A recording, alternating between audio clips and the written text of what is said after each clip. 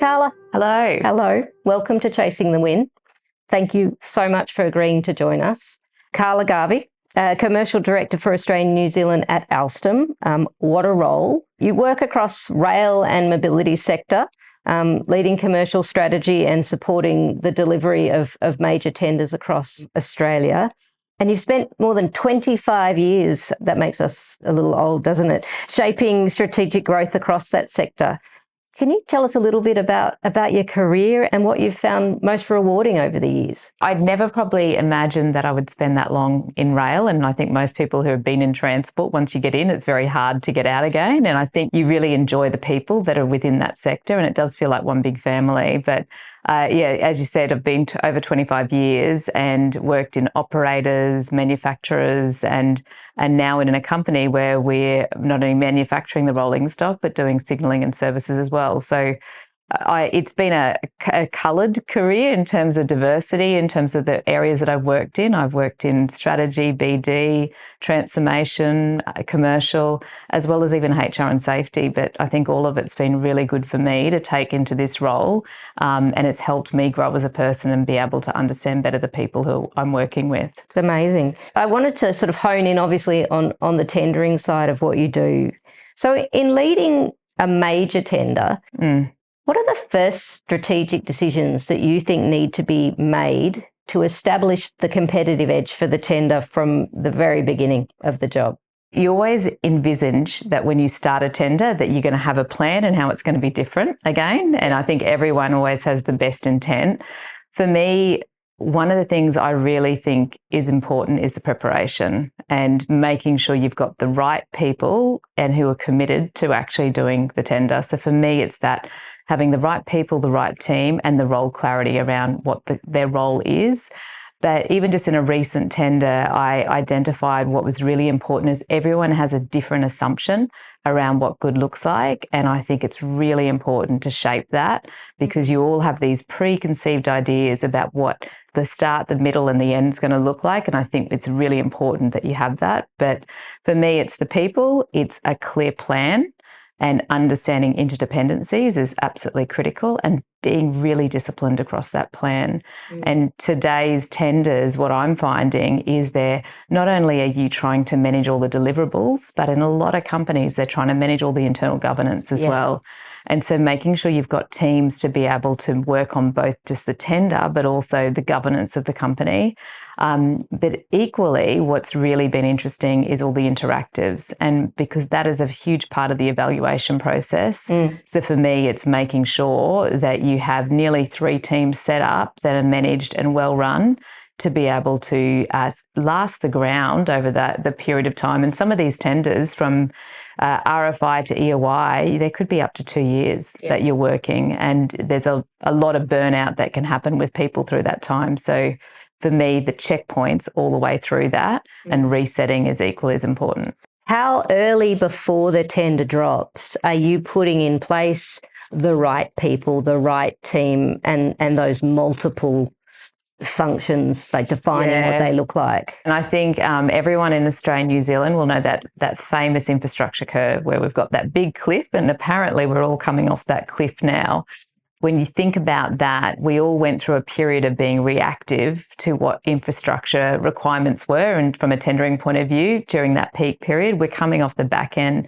And I think what's smart for most companies is they're moving into this left shifting approach where they start to do the pre-tendering activities. So working with your customers, really understanding what they need. So you're shaping what you think good looks like. And what I've noticed that's really common in the market, but not only for us who are trying to win tenders, but actually for the procurement arms of companies. So, and particularly government organisations, they're starting to work out how do they change where they're starting the tender and doing more of a left shifting activity. The 3 layers that you described, the submission process itself and the planning and process that goes with that, the deliverables that come from it, the governance process on top of that, and then this added complexity of this interactives layer.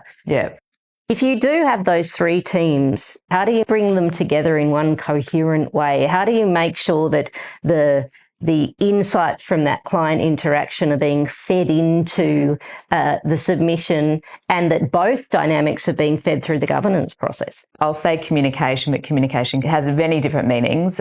When I think about that, we're all working, we've got teams all overseas, and so they're dialing into these interactives as well, and they're working on the tender. So having systems and processes set up where we're capturing information and doing frequent reviews across those teams is equally important. Yeah. A lot of the time too, you find with tenders that some of the people who are the technical contributors have their day job too.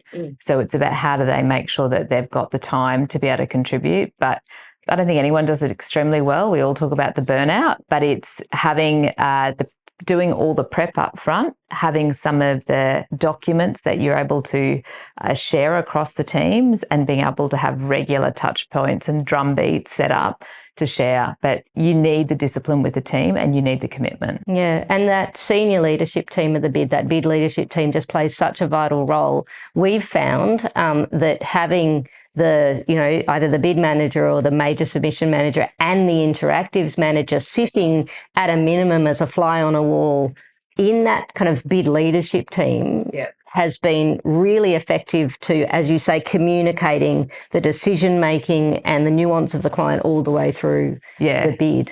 As you go through the interactives, we all talk about these win themes.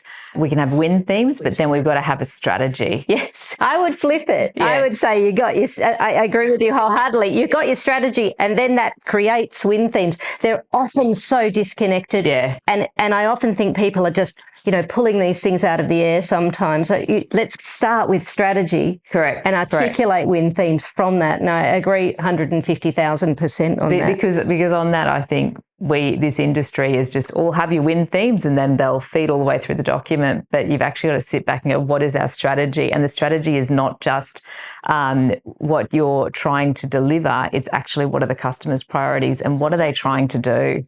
Because their procurement document may not actually match up to what their end intent is. So if we're not clear about understanding the customer's priorities, how do we make sure that that's been woven all the way through what we're saying back to the customer? You brought up two really interesting concepts that I've always grappled with in tendering. One is the assumption that people are defining things the same way. Yeah. And two is this need to understand that client-centric strategy has to come first. It has to permeate. It's iterative.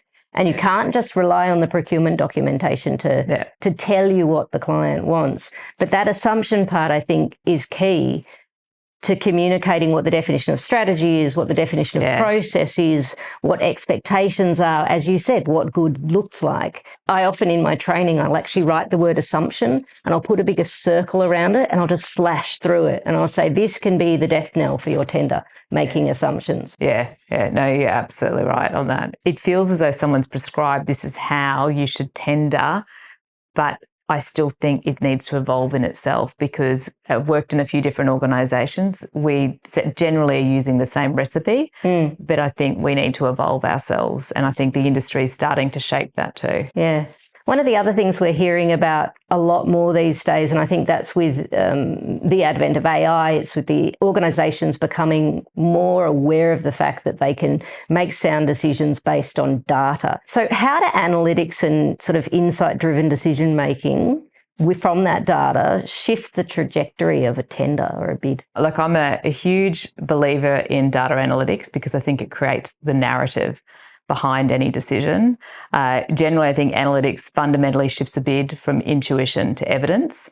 And for me, there's probably a couple of key things that I find really important for a bid is it allows you to price risk more intelligently. Yeah. And when we look at risk, we need to look at things such as departures and how you're pricing those departures, because as anyone would know who's tendering, is that the client will come to their own determination around those departures. And so we need to try and make a judgment call about how they're going to price that risk. The second one's probably more modelling the life cycle cost advantages, and then also quantifying availability and reliability. And I think it's really important when you look at your life cycle cost advantages, a lot of the time, particularly when you look at rolling stock, The tenderer might be a big government arm that is purely looking at the rolling stock where the maintenance may be done by another department.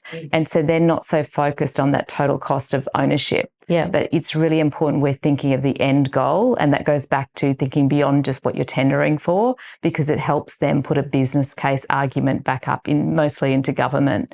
So that is what data can allow you to do, and it can start to help shape business cases back for the customer as well, for them to be able to, particularly in the political government environment that we have, where we actually are looking at budget funding every 3 years, they need to be able to put business cases up ahead of time, and they'll need the data and evidence behind that to support it. And that's something that I think we can do with data, which we're probably not leveraging as much today. I was just going to ask you, where do you think organisations currently are with that use? They are evolving. I've seen that. Like, obviously, I'm dealing with customers all around Australia and New Zealand, and they are seeking to go back to us as the suppliers to help them with their business cases. We've seen now a lot of consultancies that would ordinarily consult back into clients.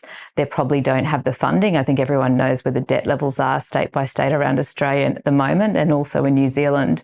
So they're looking to the suppliers to help them with that business case. And it's about the cost avoidance in terms of, instead of them spending money, say, in maintenance in one part, how are they better served by procuring new?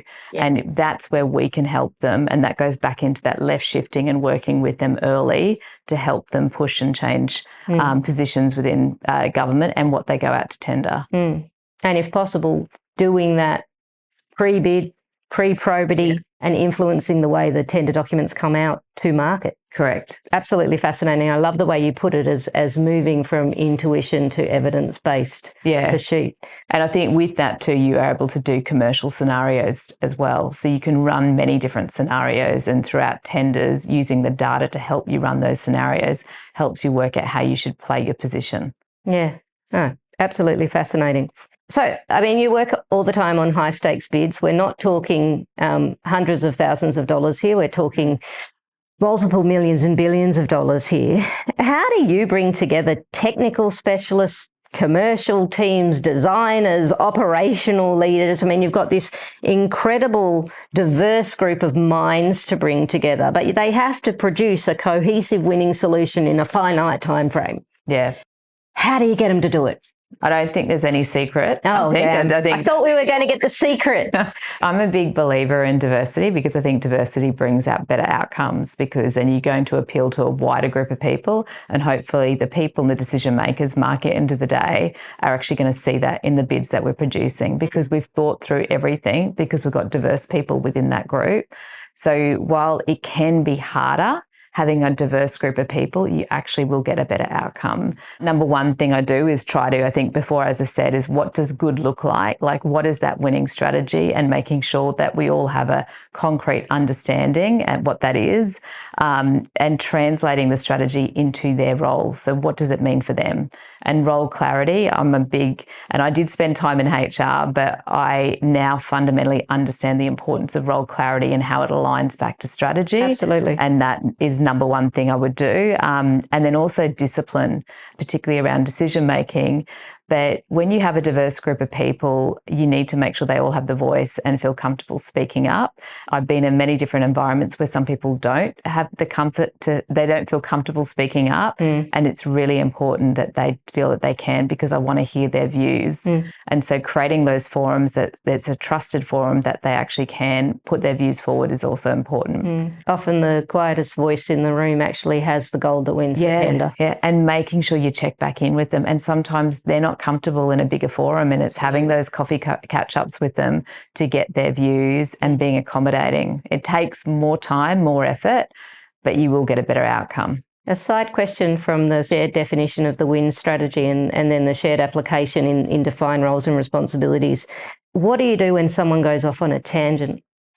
How do you pull back something that, some people just find things really interesting to explore, and they see a bright, shiny object within it, but it's actually contradictory or in a different direction to the strategy you've set. How do you pull them back to the strategy when they go and do that? Particularly engineers, they love delving into things that are interesting and new. Like gold plating, and as opposed to making it more commercially valuable to the client. Yes, absolutely. making sure they understand why they've gone down that pathway and then trying to realign them back to the strategy. But I also believe you're in a high pressured environment. You've got short time frames. You've got to be upfront and be respectful as well. I've had situations where we've had a deliverable, we're 1 week out, and it was written and it was it's absolutely incorrect. And it was not aligned to what the question was asking, nor to our strategy. And we've had to politely say to the person, thank you, and then get it rewritten. Yeah. And then finding out that rewritten piece of documentation, it was actually part of the winning recipe overall for the client. I think it's worthwhile doing, but you've just got to be respectful for people, but try and seek to understand how to bring them on the journey back. Yeah. I mean, a really simple way that we've found, and at the end of every strategy session we've been involved in, whether we're facilitating it or just a part of it, is a strategy statement or a form of win strategy charter, so that we are all singing to the same song sheet and made accountable for the way we pursue our roles within that. And that accountability really seems to help, because at least it allows you to bring people back to what they agreed to, and it kind of counteracts that desire to chase the bright, shiny object. Yeah, that's a good point. And I think you've got to, I've had bids where we've been under-resourced. Yes. And we've realised that. Sounds like every bit of it. Yeah, like every bid, we always have this ideal state of what it's going to look like. Yep. And then I like the idea, like it's just trying to redefine what the roles are.